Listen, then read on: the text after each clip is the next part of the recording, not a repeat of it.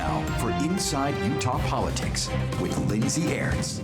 Welcome in to News for Utah Plus today. This is our streaming show, IUP TV. We appreciate you being here. Obviously, if you're watching on YouTube or anywhere online, we welcome you as well. But go download the News for Utah Plus app because you can see this on Amazon Fire or Roku or Apple TV, wherever you stream. Just download the News for Utah Plus app. Joined today by a couple of Republicans. Fellas, hey, good to be with eye roll and you. smirk from Lindsay. It takes two of us to balance you. Listen, that was not a criticism. Are you mansplaining to me right now? Yeah, let me womansplain to you what is going on right now. Sometimes our panel falls to two Republicans, but we love having the insights because we are in a Republican supermajority in Utah. So, like we need to balance our congressional districts, we also need to balance our We political should really shows. have another Republican here if we were going to balance. Oh, because we're 3-1 Republicans to Democrats. That's right. Right. Okay, got it. Great point, Taylor Morgan. Taylor Morgan's here. Rusty Cannon's here. Hi, guys. Hey. Tell us who you are, what you do. Rusty, go first. Rusty Cannon, I'm with the Utah Credit Union Association. I do advocacy for them, and today these are my opinions only, as I like to say. And you used to be with the Taxpayers Association. Used to be, yep. Yeah. That's how I knew you, because I was right. like, tell me what this taxes means. Taxes everywhere. Right? Yep. Yeah, Taylor, thanks go. to Rusty for working on that for Thanks so for long. our low taxes, Yes, Rusty. Taylor Morgan, partner Morgan May Public Affairs. We do political campaigns, lobbying, consulting, all kinds of fun stuff. Okay, perfect. So we're going to get to a little more than redistricting today. The last 3 episodes, if you watch this show with any regularity, they've been all redistricting, all half hour. So I am going to get to a little bit of other stuff today, but I'm going to start with redistricting. So we just barely, like in the last hour as we're recording this show, got a new timeline for Utah's congressional maps. If you're not up to speed on this, a 3rd District judge has ordered the Utah legislature to draw new congressional maps because she ruled that Utah overturned a citizen ballot initiative creating anti-gerrymandering criteria that the legislature was supposed to follow. When they didn't do that, it was alleged and now ordered by a judge that they overturned that proposition. So, guys, this new timeline. Well done, Lindsay Airns. Did I summarize that well? Wow, Good yes. summary. Yeah. Listen, I'm in news and words matter. Yes. Words are a thing. Okay, let me run through this new timeline for you. So the new timeline is September 25th. That's when the maps are due, okay? They got one more day. They got one extra day. I think the legislature's lawyers were complaining about like a full 30 days to actually draw these new maps. So they wanted that extra day to make it a full 30 days. The ruling came out on August 25th. Perfect. So there's that. The public can weigh in via Prep 4, which is now the law of the land. The maps have to be posted for 10 days before they can be voted on. So For public comment, for right? public comment, period happens until November 5th. And then on November 6th, that is the first day the legislature can vote on the maps. Now, I do want to say that they could post the maps at any time. Yeah. Right? They don't have to wait this 30 days to post them. They could post them anytime and then... Like late on a Friday afternoon like going into the weekend. Like Friday at 5 o'clock on Why would General one do Conference that, Taylor Morgan, weekend. Public Affairs? Wait, I think we're going to get them on... No, that would be after the deadline. I'd say post them on General Conference weekend, but that's after the deadline. So Yeah. that's my strategy. Great there. idea. Well, just a plug for the legislative website, le.utah.gov. If you're interested in all of these details and the maps, there are existing maps already on the legislative website. You can go and look at the commission recommended maps. If you want to nerd out on maps, there's no shortage of content online. Yeah, and little birdies are telling me that the legislature already has the maps ready to go. Do we think? I think they're working hard on No comment. finalizing the maps. No comment. No one's going to comment on that. Okay, so let's talk about sort of the judge's ruling here. What we haven't discussed on this show yet is that she also denied a request for a stay from the legislature. They wanted to pause this ruling, basically just citing that the people were going to be harmed if we don't get this right, kind of thing. And the judge was like, I didn't err in my ruling, and she denied that stay.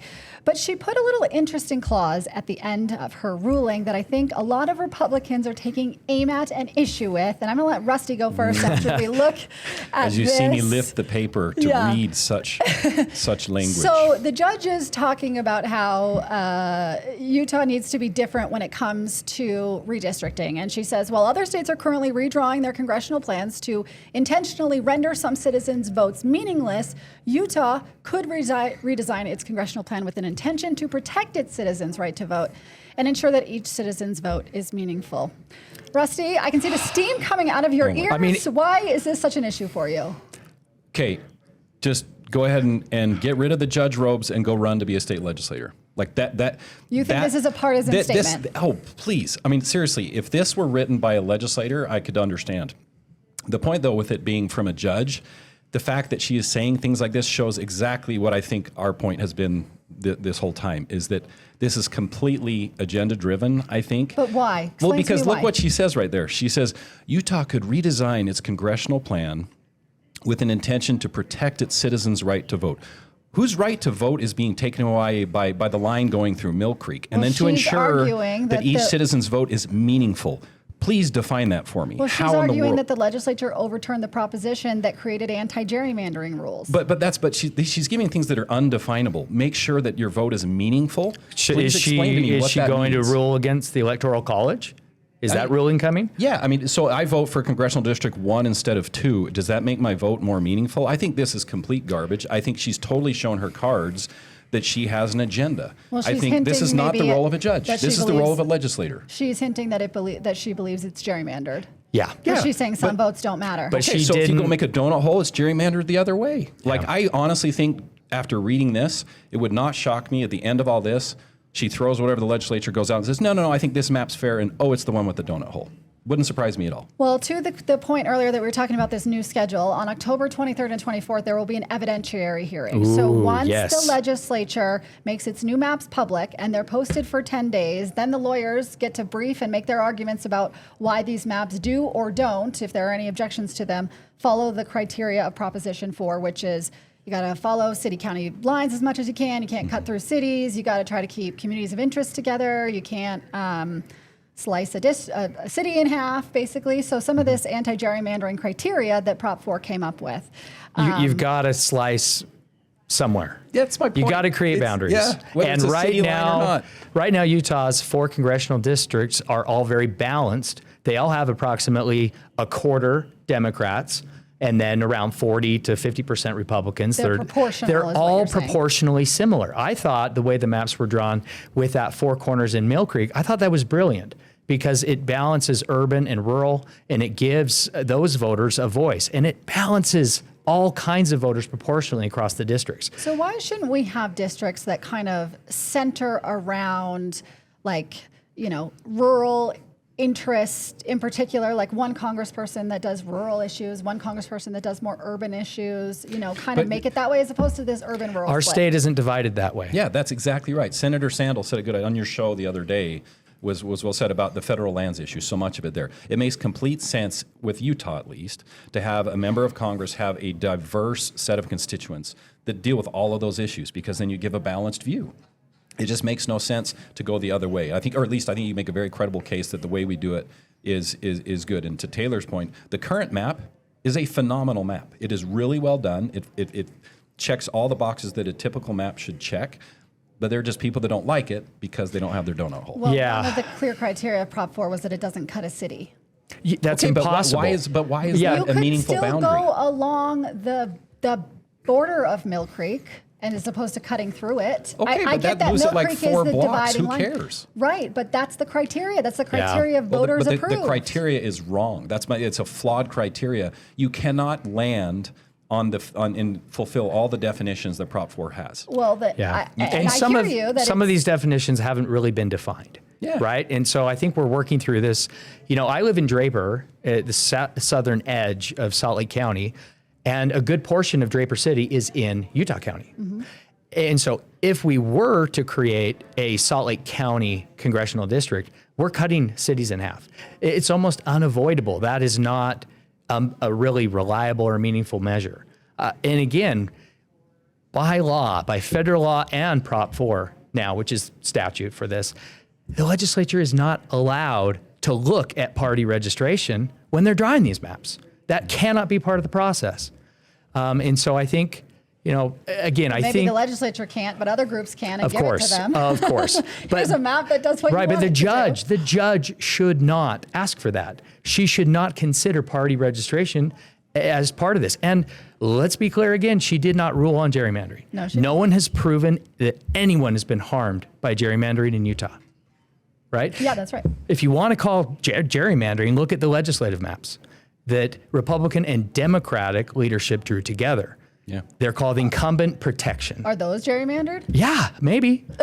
Yeah, a gerrymander to protect incumbents. Okay, and that was one of the criteria of Prop 4. Don't do that. Which is But nobody's talking about those, and the legislature doesn't have to touch them. which is kind of the question. I mean, I think we've talked about this before. Nobody sued over them, right? The only maps that were challenged in this ruling were the congressional maps. However, because they were overturned on Prop 4's criteria, because the legislature violated Prop 4, not because of how they were drawn. Yeah. Can I just make an important point here? Then you could challenge when the legislature drew these congressional maps, they gave a huge gift to Better Boundaries, a huge gift to the plaintiffs of this lawsuit.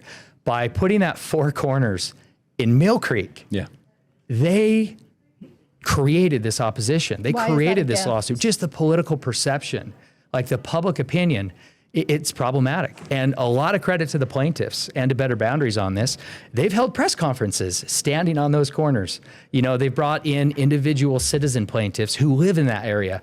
That, to me, I don't know if the legislature, if that was them poking or they just didn't think it would be a problem, but the optics of that, it's a huge gift to the plaintiffs. Yeah. I mean, and back to the ruling, like she talked about, you know, I'm going to quote her again, while other states are currently redrawing their congressional plans to intentionally render some citizen votes meaningless. I mean, really? Are you going to go make that claim in Massachusetts, like I talked about last time? 0 of 9 congressional seats in Massachusetts are held by Republicans. They got 36% of the vote. Are you going to go make that same argument there? I just think that paragraph right there showed her cards. She's forgetting that she's a judge and she's trying to be a legislator, and I think it's wrong. Okay, so do you think there's any appetite from the legislature to impeach Judge Gibson? Because as you're saying, Russ, you're kind of saying she's being activist, if you will, there. I think going down that road would be a waste of time. Yeah, I agree. I know that some conversations have happened. Impeaching this judge doesn't undo the ruling, and it just makes the legislature look punitive. Yeah. I don't think they'll do that. I think they're going to submit maps and move forward. And to be clear, I think Judge Gibson is eminently qualified for her position. I think that she has maybe had a bad bedside manner in how she's handled this case. I think she has come across as a partisan and come across as an activist. And I'm not saying she is any of those, but I'm saying the legislature, well, this statement here, right? The legislature can easily. You were calling her that before this statement came out. Right, yes. You're calling her an activist because you didn't like the ruling.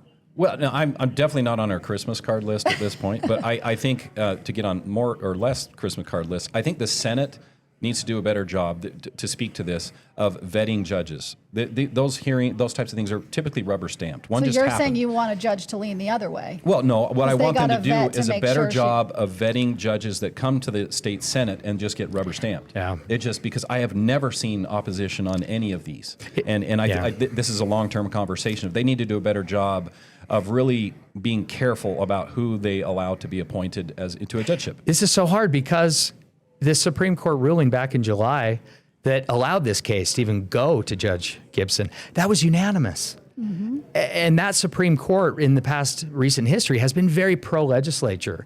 So we're living in a tumultuous time in Utah politics, perhaps a very exciting time. I think it's really interesting. I hope people follow it in a meaningful way and don't just get caught up in the name calling.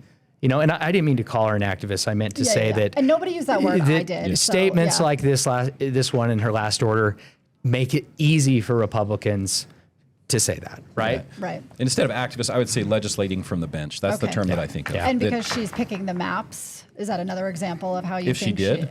She is picking the maps. Well, she said in her hearings that, like, this isn't my job, legislature do it. Right. I don't buy it. I think at the end of this, I think she totally puts her thumb on this. Well, I think it'll be interesting to see. I mean, so long as the legislature's maps don't violate Prop 4, then those maps will stand. But you can never obey a Prop 4, is my point. Well, if we were going on Prop 4 language, it would be a commission drawing these maps, right? The commission didn't have to exist anymore because once there was an injunction, the lawyer said the injunction triggers new standards of Prop 4. It's a hot mess. This is just, it's bonkers. We will see. Yeah. We will see how it all shakes out. Okay, speaking of the Utah Supreme Court, I want to talk about new nominees that we have on the court. Right now, there are 7 justices. Is that right? I believe, yeah. Seven? Five. Five. Sorry. We were going to Five move it on to the state seven. court, yeah. 5 on the state court. 3 of them are women right now. There was a story from the Salt Lake Tribune that pointed out, and we all saw this, that all 7 nominees for the vacancy for Justice John Pierce are men. What do you guys make of that? Is there anything to read into that? Well, only 2 of the 19 applicants were women. There are 3 women who sit on the nominating committee who sent the final names to the Senate for recommendation. It's so easy to claim that, this is sexist, but if you really understand what's happening and how it happened, I think this is name calling. This is politicizing the process from the left. And, the Salt Lake Tribune appears to be doing their dirty work these days. Bless them. But there's nothing to this. And for the record, Judge Gibson was not one of the female applicants. This time around. Yes, yeah, correct. She has been in the past. Correct, Yeah. yes, yeah. So clearly, somebody thought she was a qualified enough judge to be on the state Supreme Court, but you're disagreeing with that now. Republican senators in the last couple of weeks, they've all kind of said the same thing to me as I've talked to them about this.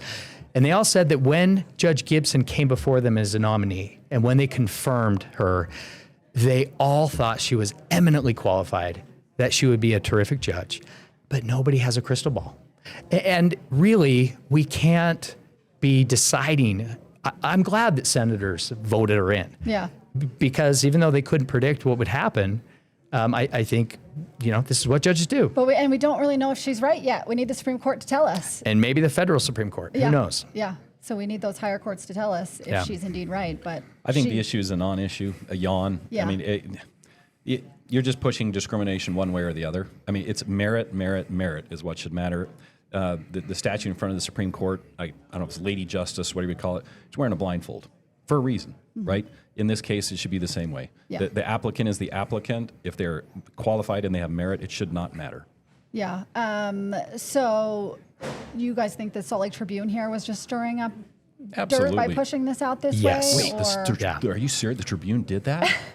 Well, they're not wrong. They're not reporting anything inaccurate. No, but that's the Tribune. The headline creates a perception of bad behavior, right? By the legislature and even by the governor. Yeah. That's what they're getting at. Okay, interesting. All right, I want to talk about one federal issue that I haven't really seen that much hubbub about, but when I saw this come through my inbox, I was like, why do we need this?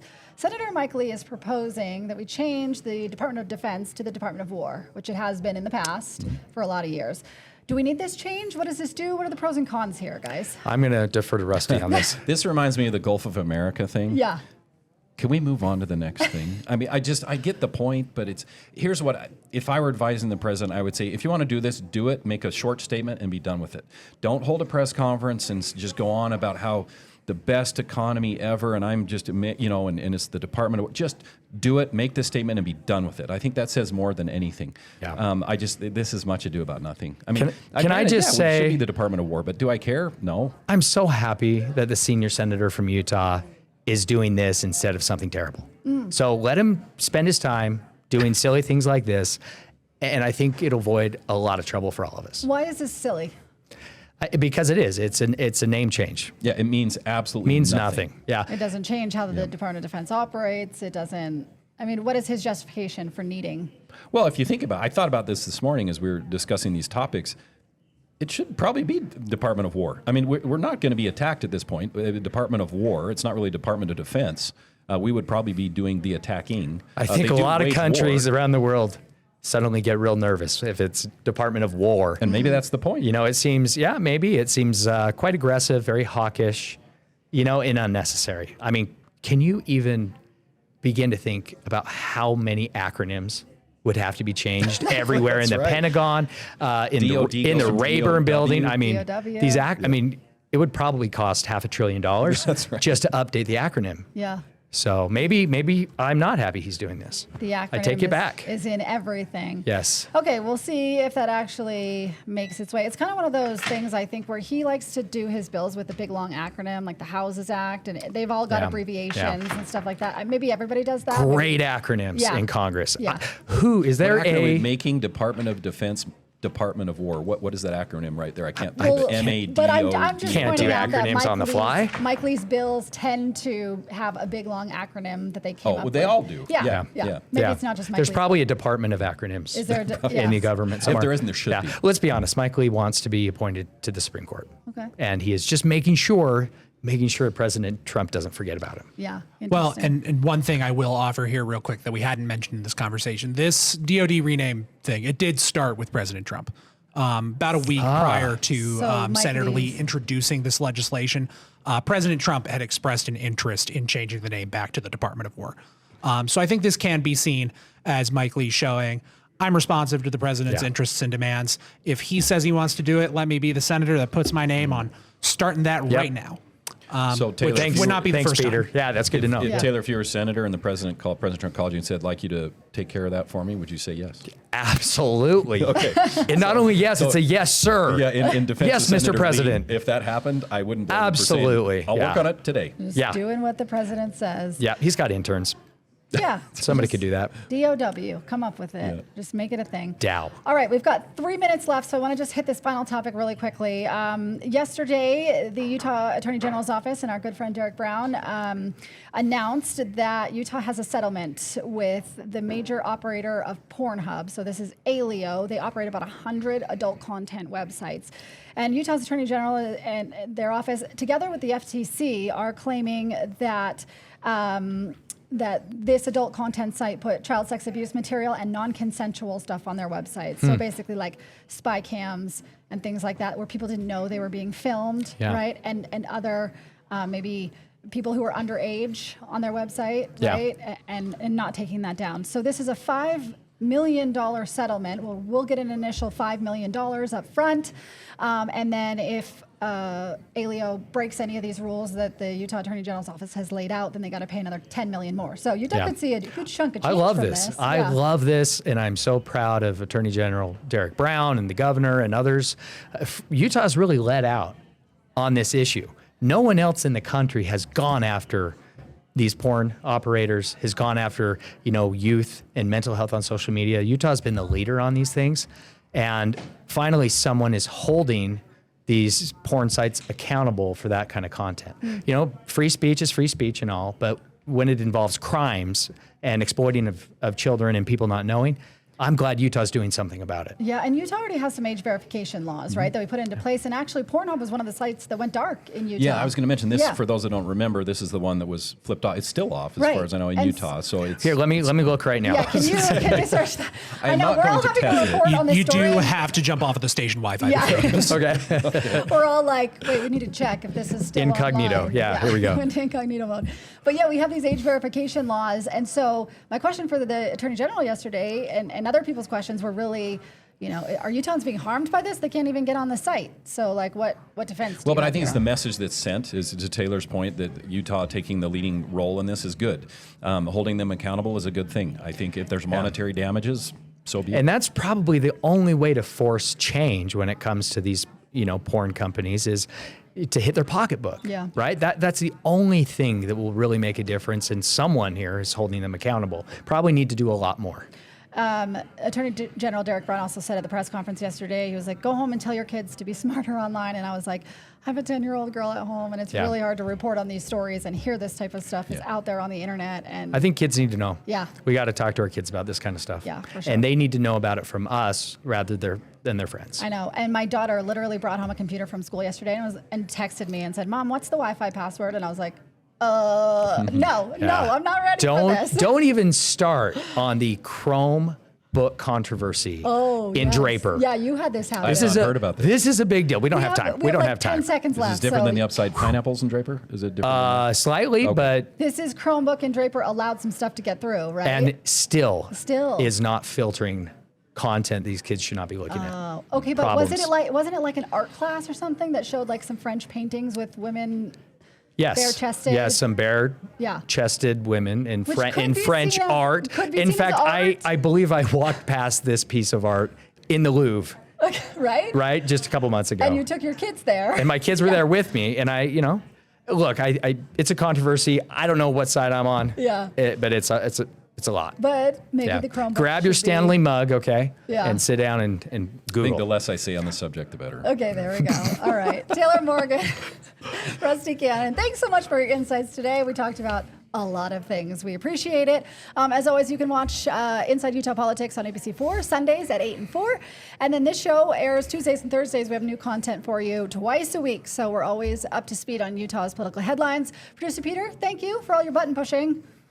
Always happy to push the buttons back here. Appreciate you. And obviously your knowledge and facts. You do a lot more than button pushing, let's be honest. We will see you Next time. next week. Yes.